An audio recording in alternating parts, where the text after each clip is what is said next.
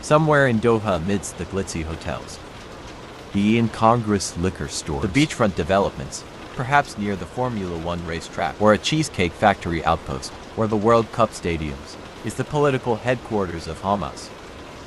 It's not clear exactly where they're set up, but the movement's political leader Ismail Haniyeh was seen in this video praying in a Doha office, as their paramilitary burst through Israel's walls, killing over 1,000 and capturing hundreds as hostages.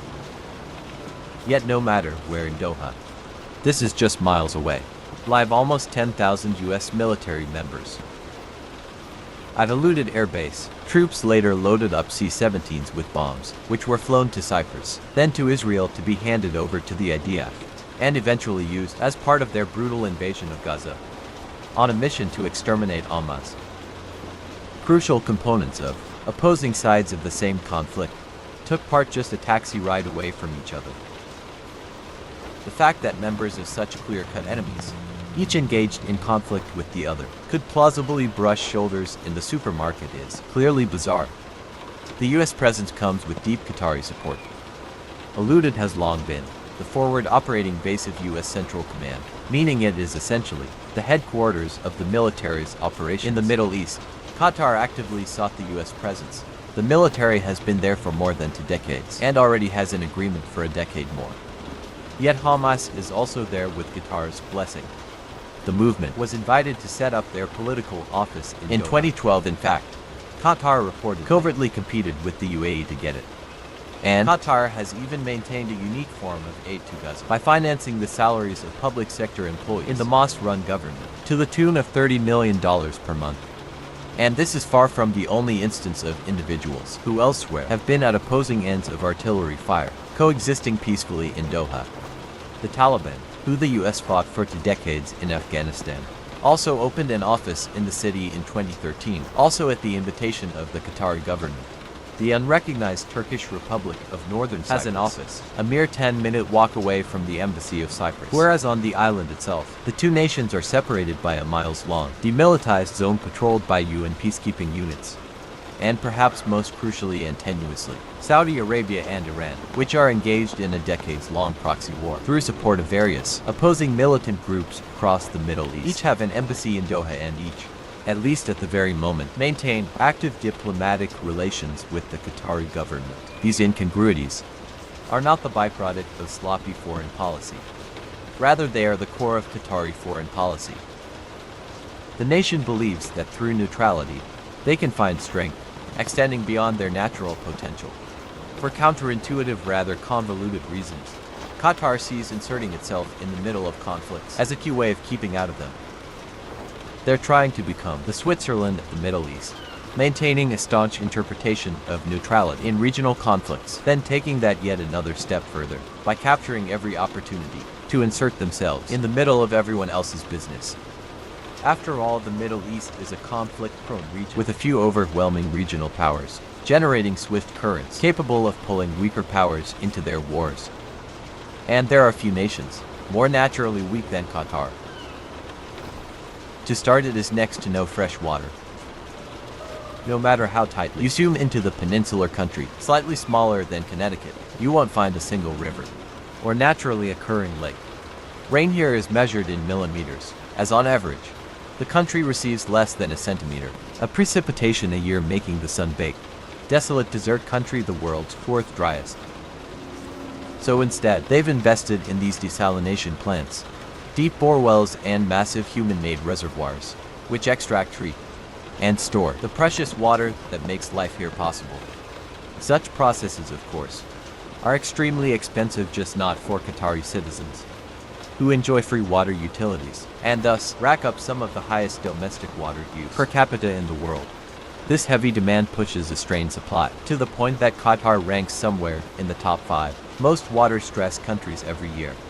Expensive to procure but free for citizens, the country's water utility signals extreme state wealth, which Qatar certainly has. But it's also a lot easier to provide free utilities when only a fraction of the nation's population is actually a citizen. Of the nearly 2.7 million people living in Qatar, only about 11% or 330,000 are actually Qatar, making Qatar, on estimate, only the 4th highest represented country of origin in Qatar by bringing in millions of low-wage laborers. Qatar's population has grown more than fourfold since 2000, already tiny in area and dry as anywhere. The country's arable land has hovered between 1 and 2%. Over that same period of extreme population growth, there's no agriculture here. There's just no food for calories of any kind. Qatar imports a stunning 90% of all its food. The world over, spanning from relatively nearby Turkey all the way to the USA and Canada. And this import industry only continues to grow as the taste for comparatively expensive products, fresh beef, frozen meats, baked goods, in the world. At base, Qatar is a country with no food, no water, and now population that dwarfs any historical precedent on the peninsula for basic staples for people and for labor. To build and manage its complicated water infrastructure, the country relies on the rest of the world. This puts Qatar in a precarious position, but one that is increasingly stabilized because of what it has to offer the rest of the world. In return, natural gas. By proven reserves, tiny Qatar is third in the world by LNG export, is third only behind the mighty US and Australia. Proven reserves can be explained rather simply by this, perhaps the one geographical advantage the nation possesses: the North Field, sitting squarely within its exclusive economic zone. But the fact that Qatar is producing at the level of the US, and more than countries like Iran and Russia, all of which orders of magnitude larger than Qatar, is a testament to vision beginning in the 1990s, under the leadership of Emir Hamad bin Khalifa Al Thani. The thing that makes natural gas difficult to move, and therefore difficult to turn a profit on, is the fact that it's a gas. As a liquid, however, it's safer and easier to handle and far more dense, making the economics of exporting it by a pipeline or tanker to wherever it's in demand all the more feasible.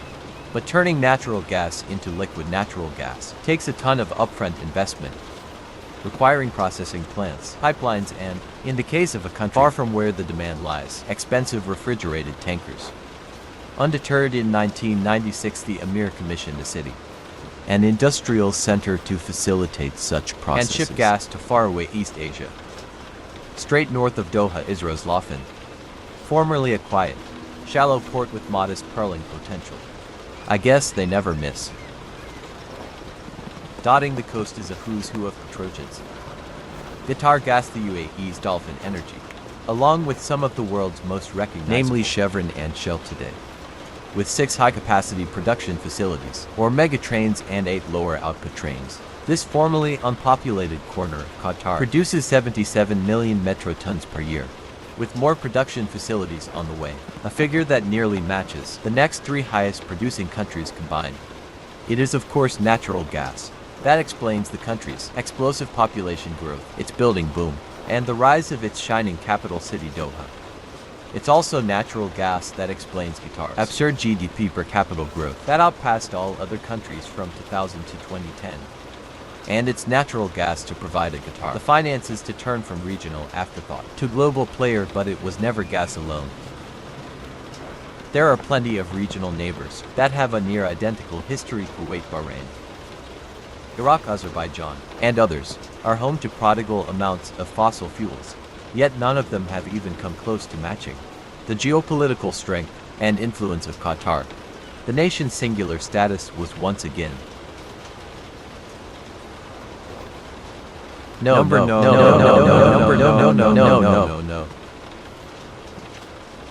This has manifested in an assortment of institutions, ranging from pretty standard alliance building and establishing a looted airbase, and being a founding member of the Gulf Cooperation Council to align regional economic, political, and defense goals, the more creative, hosting increasingly prestigious sporting events from the Asia Games in 2006 to the World Cup in 2022, and funding one of the world's largest news networks, Al Jazeera, founded in the 1990s, with a host of BBC-trained journalists and funding from the Emir. Al Jazeera is massive, reaching an estimated 300 million households worldwide.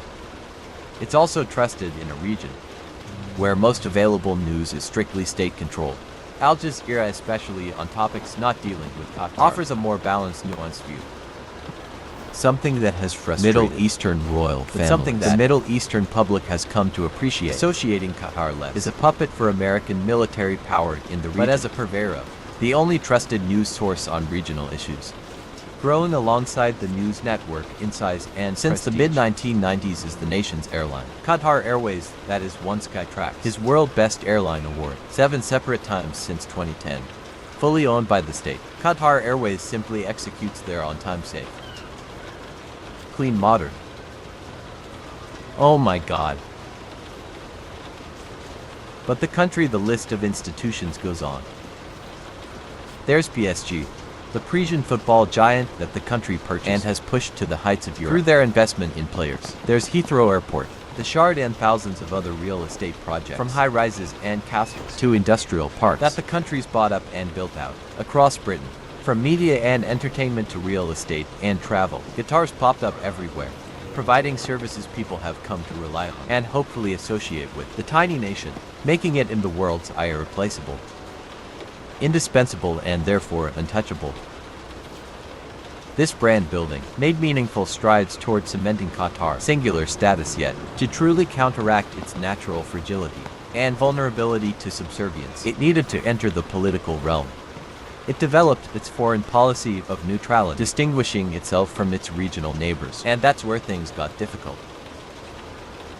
Neutrality is a tricky thing. To those on the opposing side, anything less than staunch supports can be perceived as opposition. And the conflict that Qatar is caught most between, that of Saudi Arabia and Iran, is the one with which Qatar has struggled most to maintain a stance perceived by all as neutral. For much of modern history, Qatar acted in the way one would expect a small state, with a single land border with one of the region's great powers to act. It was deeply influenced by Saudi Arabia. It was essentially an appendage, economically and politically, and Qatari foreign policy was essentially Saudi foreign policy that changed with the rule of Sheikh Hamad bin Khalifa Al Thani. Bolstered by the newfound oil and gas reserves, he steered the country towards their perception of neutrality. Qatar already had a legacy of a more neutral stance towards Iran compared to Saudi Arabia, but the discovery and development of the North oil field drew the two countries closer, since to Iran it's called the South Pars. The two countries share the same field. Meanwhile, after Saudi Arabia's refusal to allow the U.S. military to base its Iraq war operations out of the country, Qatar got the coveted U.S. military presence. Come on. Though no longer had much to worry about. In angering the Saudis, Al Jazeera was ascending in both global and regional prominence, in part due to its exceptional access to the countries in which the U.S. was launching wars in the early to in part due to its uniquely rigorous and comparatively politically independent coverage of regional issues. Channel frequently criticized the Saudi regime and platformed dissidents in much the same way that a Western outlet would, yet with the frequency of a regional specific one. This led Saudi Arabia to recall their ambassador to Qatar in 2000 to a foreign relations maneuver, often used to send a strong, disapproving message which was perceived by many as not just a reaction to Al Jazeera coverage. Between increasing Qatari independence, more broadly this lasted until 2008, when diplomatic relations improved slightly, but the Saudi ambassador was once again recalled in 2014, reportedly due to Qatar's refusal to sign a multilateral agreement, and then in 2017 it all blew up with no notice. And to the surprise of most, a succession of announcements unfolded on June 5 from Saudi Arabia, the UAE, Egypt, Bahrain, and other Saudi allies, outlining that they were completely severing diplomatic ties with Qatar and closing their airspace to Qatari planes, their waters to Qatari ships, and Qatar's land border entirely. This was effectively an economic blockade, with deep implications for the nation. Qatar Airways, which had grown through the years into a massive, profitable airline, was only allowed to route all of its traffic through narrow, designated corridors, while completely avoiding the rest of the blockading countries would normally be. A 2.5-hour flight to Djibouti, for example, now took over 4. In fact, nearly all of the airline's flights now took longer, which both inflated fuel costs and made it less competitive for passengers versus its rivals like Emirates. For the blockading, UAE Peninsula also became effectively an island, as its land border shut. Previous 800 truck-a-day traffic from Saudi Arabia disappeared, which meant crucial food and supplies had to be routed via sea and air, while less crucial imports just disappeared, meaning factories slowed production and laid off workers due to inability to get raw materials.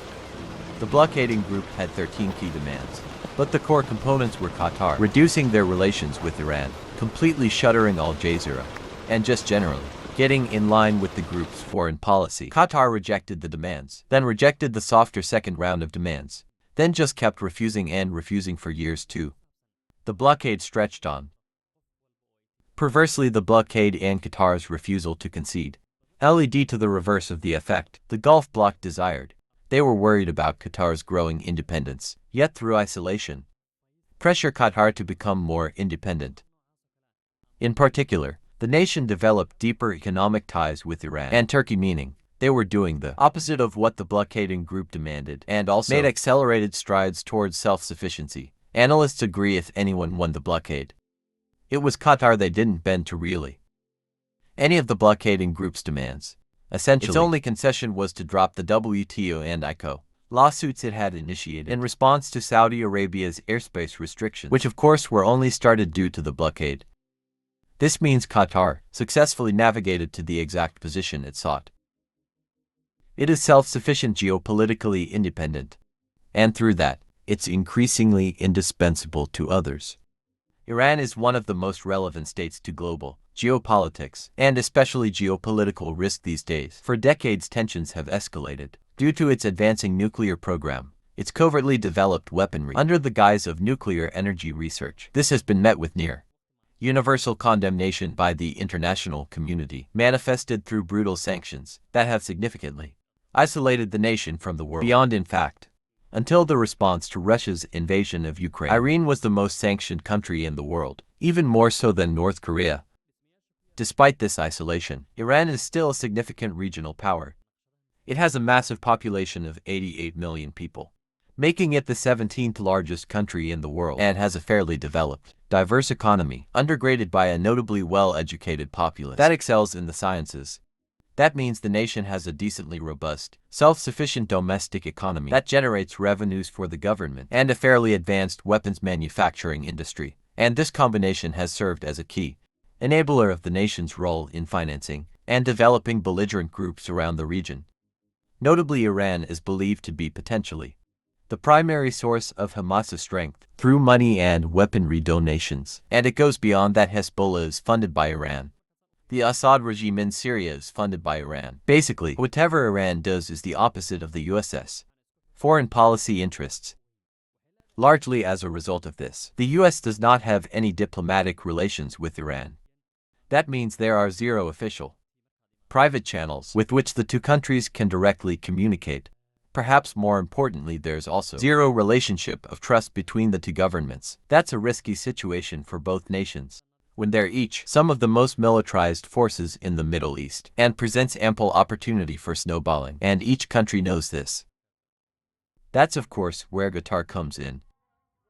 The US trusts Qatar and Iran trusts Qatar, so Qatar is indispensable to both countries.